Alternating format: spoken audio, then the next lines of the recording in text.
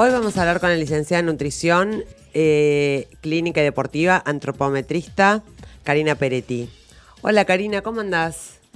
Hola Ray, ¿cómo estás? Bien, vos tenés un currículum Muy muy bien. extenso, Bueno, un poquito. demasiado. Contame antes que nada, ¿no? ¿Qué es antropometrista? Que no tengo ni idea. Bueno, primero que nada, muchas gracias por invitarme a hablar en tu columna. Antropometrista es hacer antropometrías, que son mediciones corporales, Ah, con lo cual se estima la composición corporal, se calcula el tamaño del esqueleto, cuánto tiene una persona de masa grasa, cuánto tiene una persona de masa muscular, masa visceral, masa residual, que sería la retención de líquidos. Y en base a eso se calcula cuál es la reserva calórica, que es la cantidad de grasa que tiene para el tamaño del esqueleto, que nunca puede ser cero, ¿no? Porque si no, no estaríamos vivos. Y la masa muscular, que es lo más importante, que es lo que nos va a dar la fuerza, lo que va a prevenir la fatiga, lo que nos va a dar las defensas cuando tengamos que pasar una enfermedad y evolucionarlo mejor, que es la reserva proteica, que es la masa muscular en relación a la masa esquelética o ósea. ¿Sí? Es el estudio que se hace para ver cómo está, diagnosticar bien específicamente el estado nutricional de una persona. claro, que después nos hacen la dieta, lo que necesitamos o no en base a eso, ¿no? Claro, exacto. Cuando una persona tiene un peso, digamos que por índice de masa corporal, que es lo que calculan todos, ¿no? Que es el peso sobre la talla al cuadrado, que es lo mínimo que se calcula cuando uno hace un chequeo o una consulta nutricional, cuando da ese valor dentro de límites aceptables, ya se debe hacer la antropometría justamente para hacer una correcta evaluación, porque hay mujeres que tienen el esqueleto muy chiquito y siempre las mandan a hacer dieta para engordar, y a lo mejor no es que tienen que engordar y que tienen una contextura muy pequeña, y lo mismo pasa con los hombres que tienen una contextura ósea muy grande, donde los diagnostican siempre como sobrepeso y obesidad. Muchas veces pasa eso y se mal diagnostica porque en realidad lo que tienen es un esqueleto muy grande, y siempre la masa grasa y la masa muscular va a ser acorde al tamaño del esqueleto. Cuando el esqueleto más grande sea, obviamente más va a pesar y más masa grasa voy a tener que tener y más masa muscular voy a tener que tener. Entonces a veces se hacen, cuando las personas tienen esqueletos muy grandes o muy chiquitos, o deportistas que desarrollan mucha masa muscular, por ahí el índice de masa corporal es compatible con sobrepeso u obesidad, y en realidad cuando se hace la antropometría se ve que no. Y lo más importante de todo, que uno siempre busca bajar la masa grasa, bajar la masa grasa, bajar la masa grasa, lo más importante de todo es que para la salud que la masa muscular esté bien, y para hacer deporte también, Claro. porque es una de las causas, cuando uno tiene la masa muscular disminuida, es una de las causas, de las principales causas, después de la hidratación o de las anemias, de fatiga precoz. Entonces uno se cansa, sube una escalera y se cansa, y porque no tiene Claro. fuerza para trasladar su propio esqueleto. Entonces con la antropometría uno puede trabajar mejor, porque puedes definir mejor las metas nutricionales, las proteínas que tiene que comer. No es lo mismo si tiene que mantener la masa muscular, si la tiene que aumentar. Y siempre también se trata de que con la estructura ósea que tiene la persona se asemeje lo máximo posible que esa persona puede, según su estructura Sí, ósea, al sí, deporte específico que haga, ya sea fondo, medio fondo, en este caso, bueno, claro. que vamos a hablar de running, Sí, que se llama triatlón. Son como que digamos, los objetivos en cuanto a masa muscular sí, difieren, y en muchos deportes también en cuanto a masa grasa. Hay deportes que uno necesita ser mucho más magro, por ejemplo, para correr, claro. porque cuanto menos peso traslade extra, va a ser mejor, uno va a tener mayor economía de carrera, y para otros deportes no es tan necesario que la masa muscular esté tan baja, la masa grasa, perdón, Digamos, esté tan baja. no todos los nutricionistas son antropometristas. ¿O No, sí? Ah, no, yo pensé que sí. Ah, ni ah, todas las nutricionistas hacen nutrición y deporte. está bien, está O bien. sea que si uno quiere ir a, digamos, mejorar en lo que es un deporte específico, Claro, siempre conviene elegir una nutricionista especialista en nutrición deportiva. claro. Y ya que estamos, ¿no? Que sos esto, decinos, ¿en cuánto puede mejorar un deportista cuando modifica su nutrición?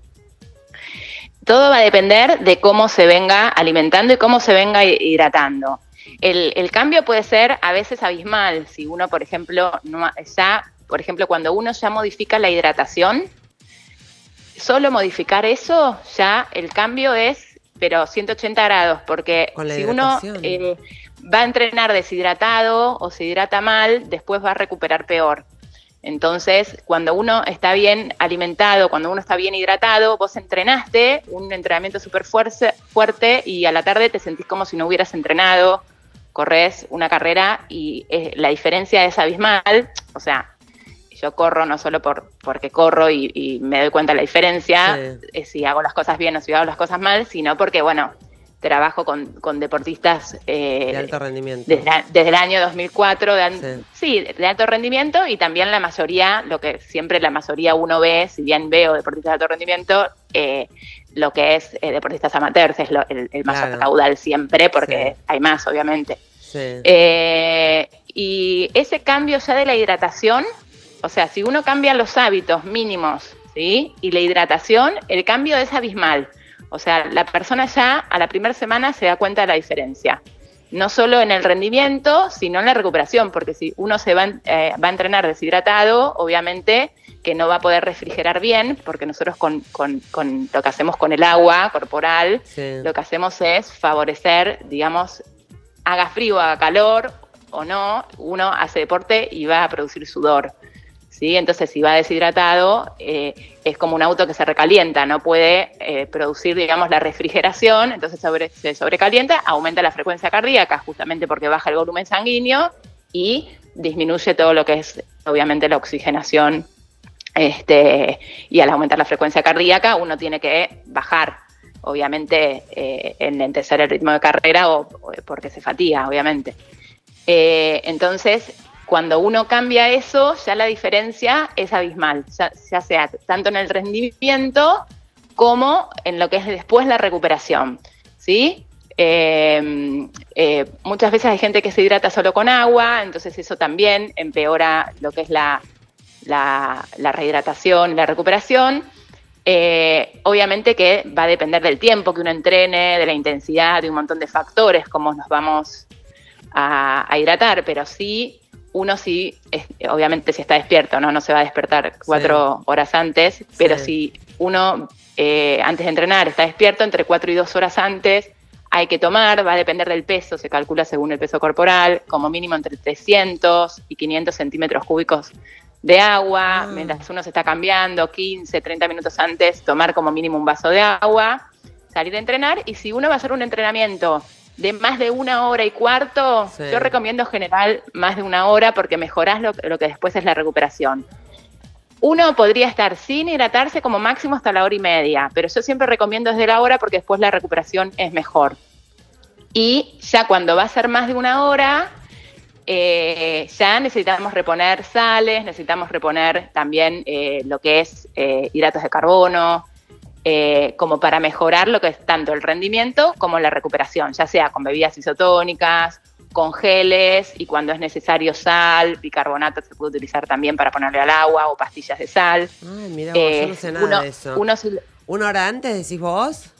No, eso mientras estamos corriendo. Okay. ¿Sí? Cuando estamos corriendo, si yo voy a hacer un entrenamiento que va a durar más de 1 hora y cuarto, sí o sí, a partir de los 40 minutos tengo que empezar a reponer no solo agua, sino hidratos de carbono, que lo puedo hacer con geles, con dátiles, si lo quiero hacer en forma natural, con membrillo, con castañas, con la bebida isotónica, con las pastillitas tipo Mogul, o las que vienen deportivas. Y tengo que ver también de recuperar el sodio, ¿sí? La bebida isotónica ya tiene el sodio, ¿sí? Pero, por ejemplo, la mayoría de los geles que conseguimos acá y lo que es dátiles o membrillo, todo eso no tiene sodio. Entonces, si uno va a hacer una carrera muy larga o un entrenamiento muy largo, ya el sodio lo tenemos que reponer. si uno va a entrenar 1 hora y media no le va a pasar nada, no te vas a descompensar por no recuperar el sodio, pero lo vas practicando y lo vas entrenando para el día que corras un maratón, por ejemplo, claro. Que obviamente que si no ahí no recuperas el sodio, podés terminar descompensado, o muchas veces ha pasado con deportistas hasta de alto rendimiento que se hidrataron en un maratón solo con geles de bajo contenido en sodio y terminan la carrera, pero no se acuerdan de lo último porque es como que se desorientan porque les falta justamente sodio, y el sodio es necesario para hacer, digamos, correctamente, para que funcione el sistema nervioso, para hacer las transmisiones nerviosas, y obviamente si uno eso lo mantiene en el tiempo, puede colapsar el sistema nervioso, ¿sí? Entonces es fundamental reponerlo el sodio. Si uno va a correr 1 hora y media, no es que se va a descompensar por eso, pero va a favorecer la recuperación y va a favorecer la rehidratación, porque cuando nosotros sudamos, perdemos agua y perdemos también lo que se llama electrolitos o sales. Lo más importante mientras estamos haciendo actividad física es reponer el sodio, ¿sí? Cuando voy a hacer una actividad física mayor de 1 hora, yo lo pongo, puede ser como máximo 1 hora y cuarto, y cuando hace mucho calor, más.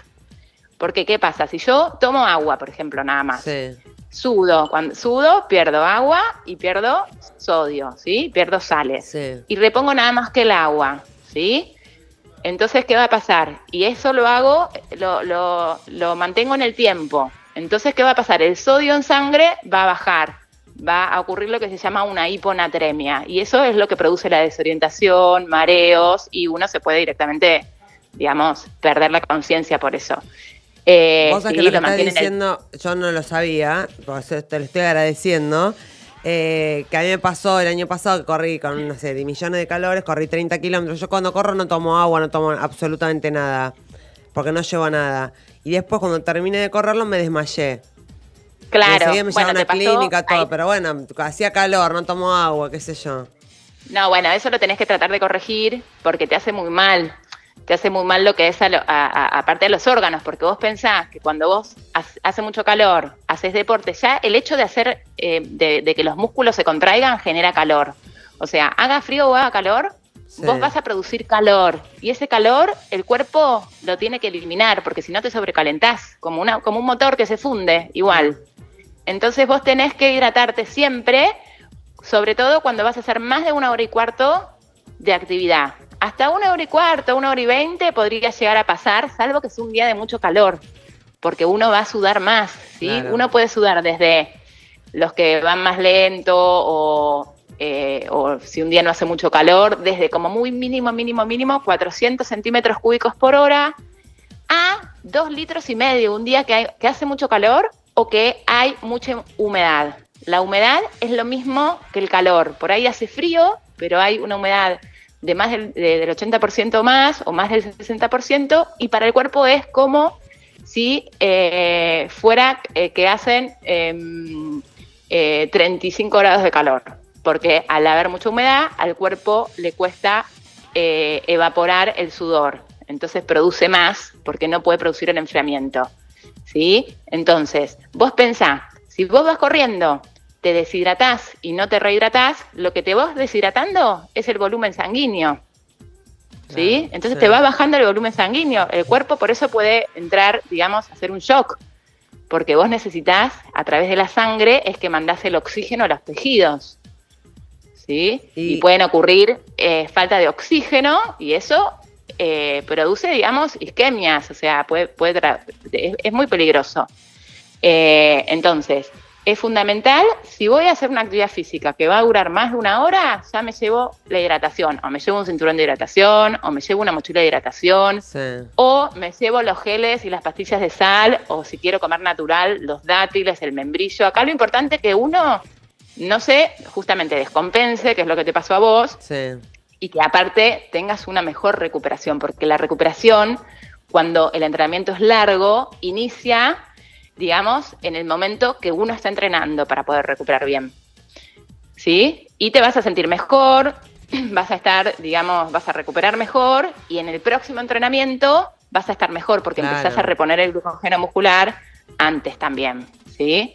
Y aparte, cuando uno se deshidrata, puede haber ruptura muscular, ¿sí? Claro. Entonces, porque primero la deshidratación es extracelular, cuando es muy grave pasa a ser intracelular, y ahí se produce la ruptura, digamos, de las células musculares. Y eso es muy difícil de recuperar después. ¿Y cómo hacemos para reponer el sodio que perdemos? Si no es con agua, las bebidas, hasta entrenamientos de 3 horas con las bebidas isotónicas, por ejemplo, es suficiente, o con geles y pastillas de sal. Generalmente los geles que conseguimos acá es por gel, uno tiene que tomar, depende del gel, entre 300 y 500 centímetros cúbicos de agua por cada gel, que más o menos los geles de hidratos de carbono digamos, se tienen que tomar cada 40, 45 minutos y siempre acompañado de entre 300 como mínimo y 500 centímetros cúbicos de agua. Y generalmente con los geles que conseguimos acá, con la mayoría de los geles que conseguimos acá, como tienen baja cantidad de sodio, una pastilla de sal por gel. Generalmente hay excepciones. Lo que generalmente uno hace es ver qué gel utiliza la persona, que le caiga bien también, obviamente. Claro, también hay que probarlo justamente en los entrenamientos para entrenarlo y ver cuál es el gel que me cae bien, que me gusta, que tolero. Y generalmente es una pastilla de sal, entonces uno se toma el gel, toma agua, la próxima que toma agua se toma la pastilla de sal. Generalmente uno tiene que tomar como mínimo 2 veces agua antes de volver a incorporar otra cosa, ¿sí? Y esa sería más o menos la mecánica. Por ejemplo, los 40 minutos... Necesito verte para hacer las cosas bien, quiero decir. No tomo agua. Cuando tomo el gel no tomo agua tampoco, lo tomo solo. ¿Viste? Voy a una maratón, lo voy tomando solo, sin absolutamente nada de líquido. Y me creo piola porque no lo preciso el agua. Yo no preciso agua. Y lo corro tomando el gel solo. O sea, todo mal. Y la pastilla de sal no la conocía. ¿Dónde se venden? ¿En todos lados? Las pastillas de sal sí, hay algunas que, bueno, ahora hay bueno, no sé si puedo decir. Sí, yo ni sabía que existían. Las Prosal de Nutremax, y si no, uno le puede agregar o sal al agua o le puede agregar bicarbonato. Entonces, si vos te llevas el agua, pero a veces lo que es práctico para los corredores, que generalmente no les gusta ir con el chaleco, con el cinturón de hidratación. Sí, yo no llevo nada. Entonces van tomando, ya saben, por ejemplo, en las estaciones de servicio, viste que hay canillas, saben, uno ya sabe dónde están.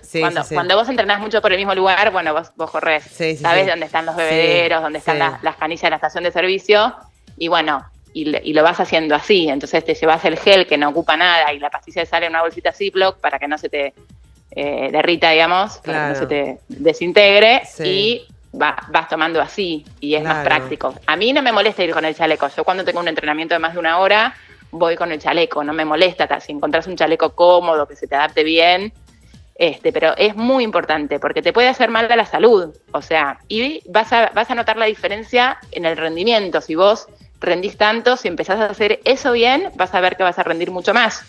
Me voy a enamorar de vos.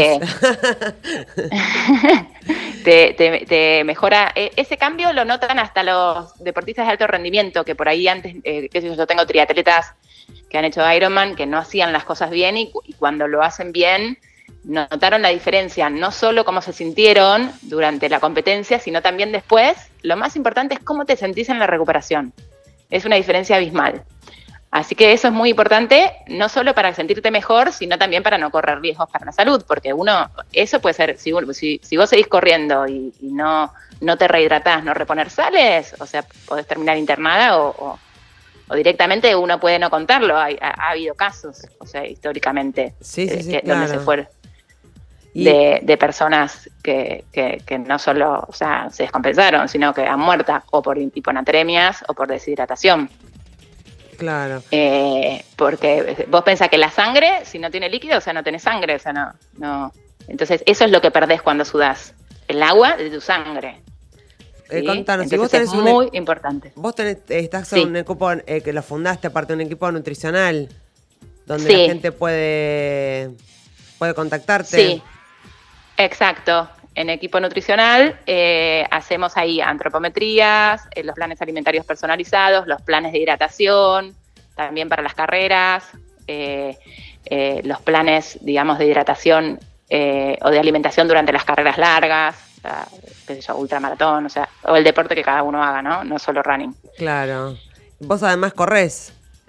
Yo corro, sí, como que me fui, siempre, ya me gustaba correr correr cuando estaba en la secundaria y después, bueno, en algún tiempo de mi vida dejé de correr y después ya hace unos años que volví a correr y sí, y me encanta correr y corro también.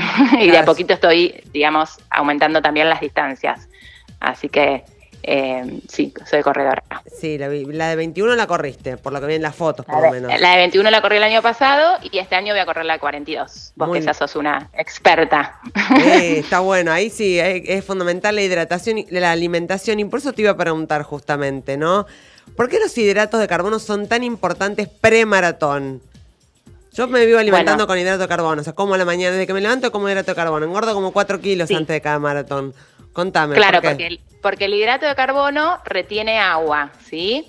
Y nosotros el hidrato de carbono, eso también es muy importante porque mucha gente empieza a correr porque quiere bajar de peso, ¿sí? Entonces... No bajamos de peso, les quiero contar yo que no bajamos de peso. Cuando corres 42 no bajas de peso. Sí, contame, vos sos la especialista pero mucha gente dice, bueno, voy a correr, y empieza a correr, no te digo 42 de golpe, pero empieza a correr porque dice, bueno, listo, corro, bajo de peso. Si uno hace las cosas mal, en el sentido de que come los hidratos en el momento que no van, corre, gasta más, pero come más, obviamente que no va a bajar de peso, ¿sí? Si nosotros queremos lograr, muchas veces lo que se busca en la mayoría de los corredores es que tengan el mínimo de lo normal de masa grasa, de lo normal porque no se puede vivir sin masa grasa porque si no, no funcionan las hormonas y uno va a tener, digamos, otros problemas de salud, ¿sí? Lo que buscamos es eso. Pero lo que nosotros necesitamos es, cuando uno hace una dieta para bajar de peso, generalmente saca los hidratos de carbono, ¿no es cierto? Cuando nosotros hacemos actividad física, este tipo de actividad física, es aeróbica o entrenamientos que son a veces de pasadas, intensos, nosotros necesitamos sí o sí el hidrato de carbono antes, cuando es necesario durante y cuando es necesario después. Primero, porque si el cuerpo quiere rendir más, va a utilizar de combustible el hidrato de carbono, ¿sí? Porque utilizar las grasas, para poder utilizar las grasas necesito más oxígeno, ¿sí? A ver si entendemos esto. Si yo voy bien despacito, voy a utilizar de combustible las grasas. Y si voy a ritmo o más rápido, voy a usar de combustible el hidrato de carbono, el glucógeno muscular. Claro. Si yo no tengo glucógeno muscular, voy a tener que ir más lento, porque el glucógeno muscular es el que me da el combustible del hidrato de carbono, que es más rápido, ¿sí? Vos fíjate que cuando hicieron la Ineos 19, donde Kipchoge tenía que batir la barrera de las 2 horas, bueno, le dieron una carga, le daban cada 15 minutos la cantidad de hidrato de carbono con una tecnología nueva de hidrogel, que se puede concentrar más cantidad de hidrato de carbono, porque el hidrato de carbono es lo que permite que uno pueda ir más rápido con menos cantidad de oxígeno. Yo para ir, digamos, para obtener la energía a través de las grasas necesito más oxígeno, y para oxigenar más necesito ir más despacio. ¿Se entiende? Sí. Entonces, si yo no tengo el glucógeno muscular, voy a rendir menos, porque no voy a poder ir tan rápido.